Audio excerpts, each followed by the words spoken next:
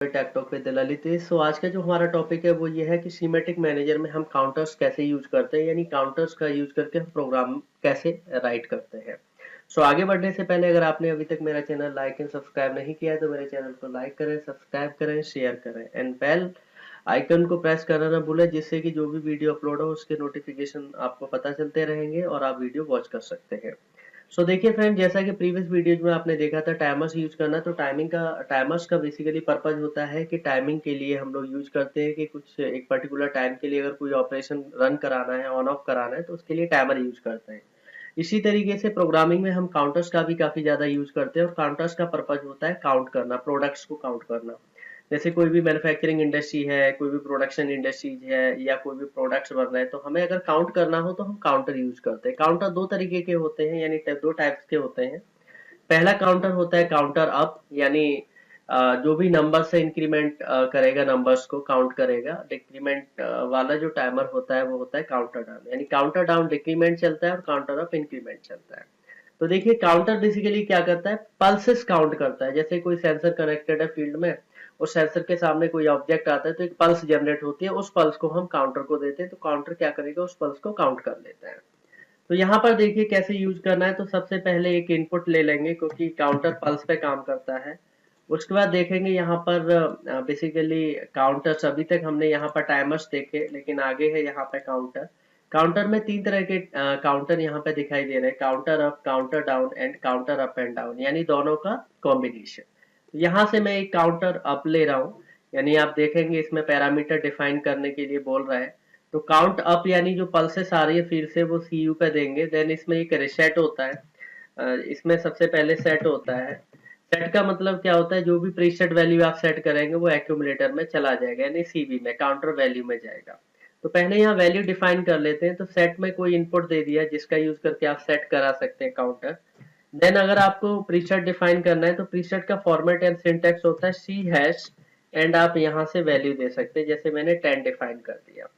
Timing, अगर timer में आपने देखा था टाइमिंग सेट जो हमने की थी S5T हैश से की थी, लेकिन यहाँ पे काउंटर में प्रीसेट वैल्यू डिफाइन करते हैं सी हैश से। आगे फर्दर जो भी वैल्यू लिखना हो लिख सकते हैं, लेकिन सी हैश तो आपको लिखना ही होगा। देन अगर काउंटर में रिसेट डिफाइन करना है तो यहाँ पे एक इनपुट दे देंगे। काउंटर वैल्यू जो है एक्यूमुलेटर है। एक्यूमुलेटर मतलब होता है कि जब काउंटर काउंट करता है पल्सेस, तो ये इंक्रीमेंट जो होती हुई वैल्यूज है वो यहीं पे वेरी करेंगे। देन काउंटर का जो एड्रेस होता है C0 है, राइट। और एक आप यहाँ से आउटपुट कनेक्ट कर सकते हैं। तो मैंने यहाँ से एक आउटपुट कनेक्ट कर दिया। इस तरीके से मैंने एक काउंटर बनाया और इसको यहाँ से आप डाउनलोड करके चेक कर लीजिए किस तरीके से फंक्शन करता है। तो सबसे पहले यहाँ पर देखेंगे, सिमुलेशन आप ऑन करा लीजिए। I0, I1, I2 यहाँ पर ये इनपुट है, ऑलरेडी हमारे पास 0, 1 एंड 2 इनका यूज करेंगे। तो सबसे पहले इसके अंदर जो पैरामीटर है उनको समझते हैं।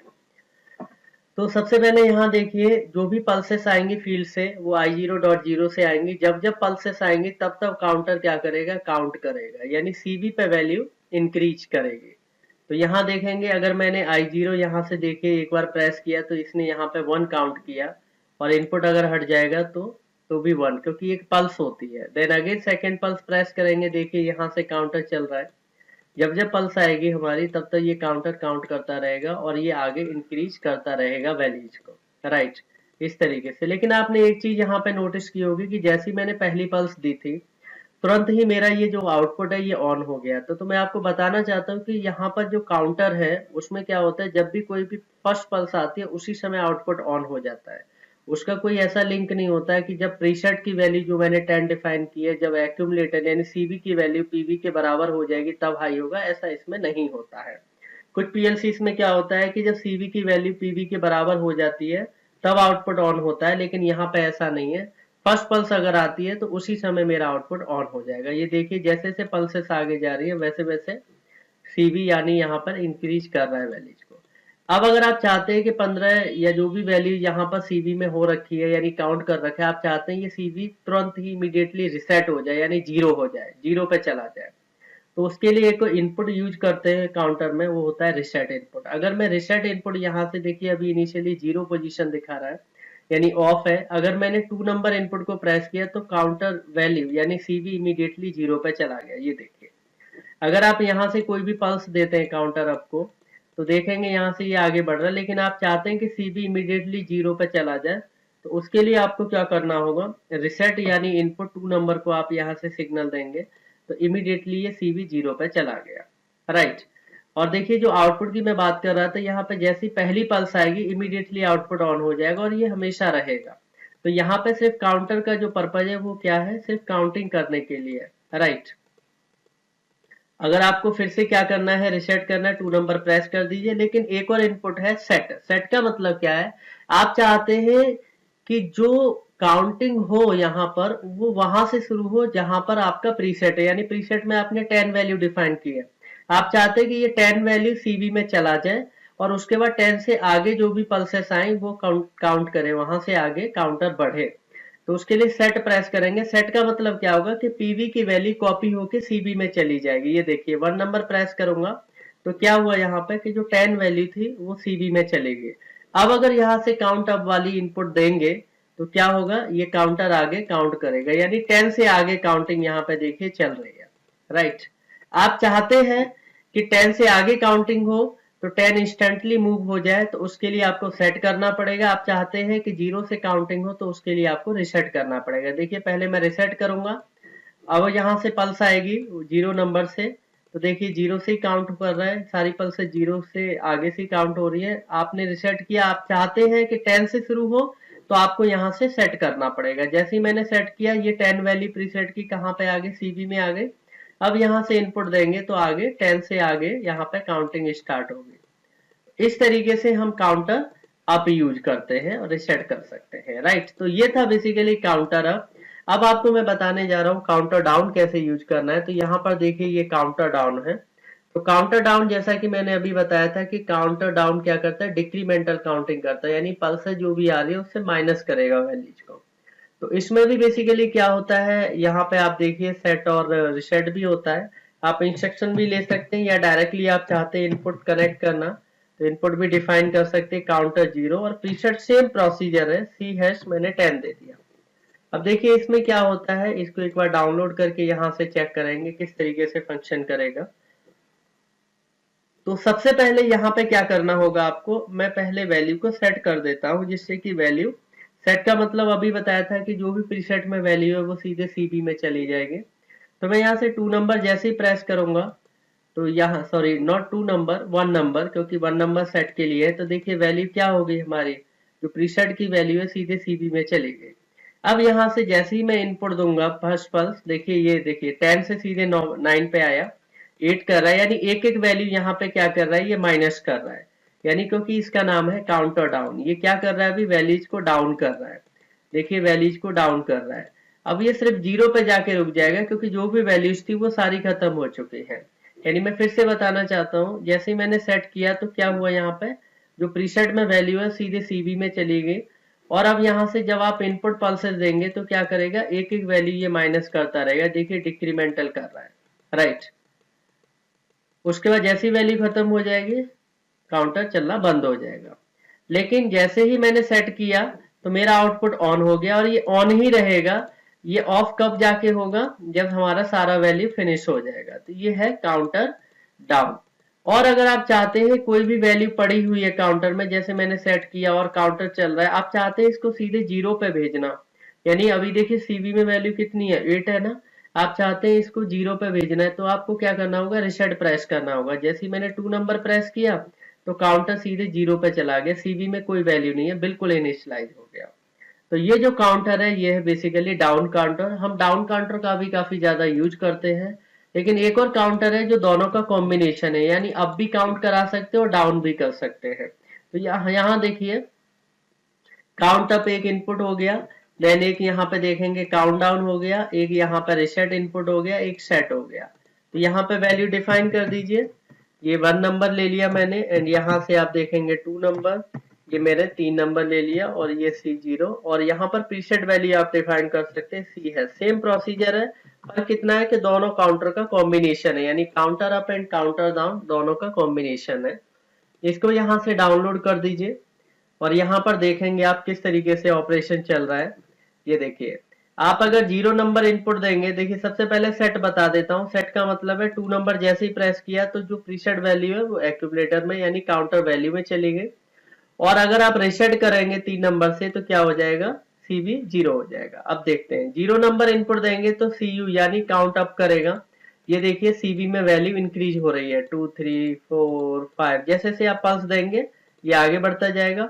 और अगर आप काउंट डाउन यानी 1 नंबर वाली इनपुट देंगे तो ये पल्सेस को माइनस करेगा, यानी 7 अभी क्या करेगा, 6 करेगा, देन 5, यानी काउंट डाउन से ये डिक्रीमेंटल चल रहा है और काउंट अप से क्या चल रहा है, इंक्रीमेंटल चल रहा है।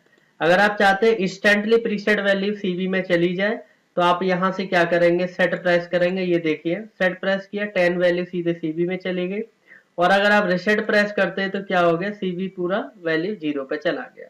इस तरीके से हमारा यहाँ पे काउंटर डाउन यूज करते हैं। फ्रेंड्स एक और चीज बताना चाहता हूं, अगर आप चाहते हैं कि इसके इक्विवेलेंट कोई भी कॉइल होना चाहिए आपके पास, तो उसके लिए आपको क्या करना है, यहाँ पे कॉइल्स भी अवेलेबल है, जैसे कि मैंने टाइमर्स के बारे में बताया। जैसे ये काउंट अप है, जैसे मैं अगर यहाँ पे ये बात करूं, ये मैं यहाँ पे ये काउंटर अप मैं यहाँ पे ले रहा हूँ, तो मैं इसके इक्विवेलेंट कॉइल भी आप यूज कर सकते हैं। तो देखिए कैसे यूज करना है, C#10, ओके, और ये मेरा एक आउटपुट हो गया, राइट। ये काउंट अप जैसा कि अभी मैंने बताया था। आप चाहते हैं कि इसकी जगह कॉइल यूज करना हो तो यहाँ पर एक काउंट अप का इसके इक्विवेलेंट यहाँ पे कॉइल हो गया, यानी ये मैंने यहाँ से कोई दूसरा इनपुट ले लिया, माना I0.3, और ये C0 हो गया।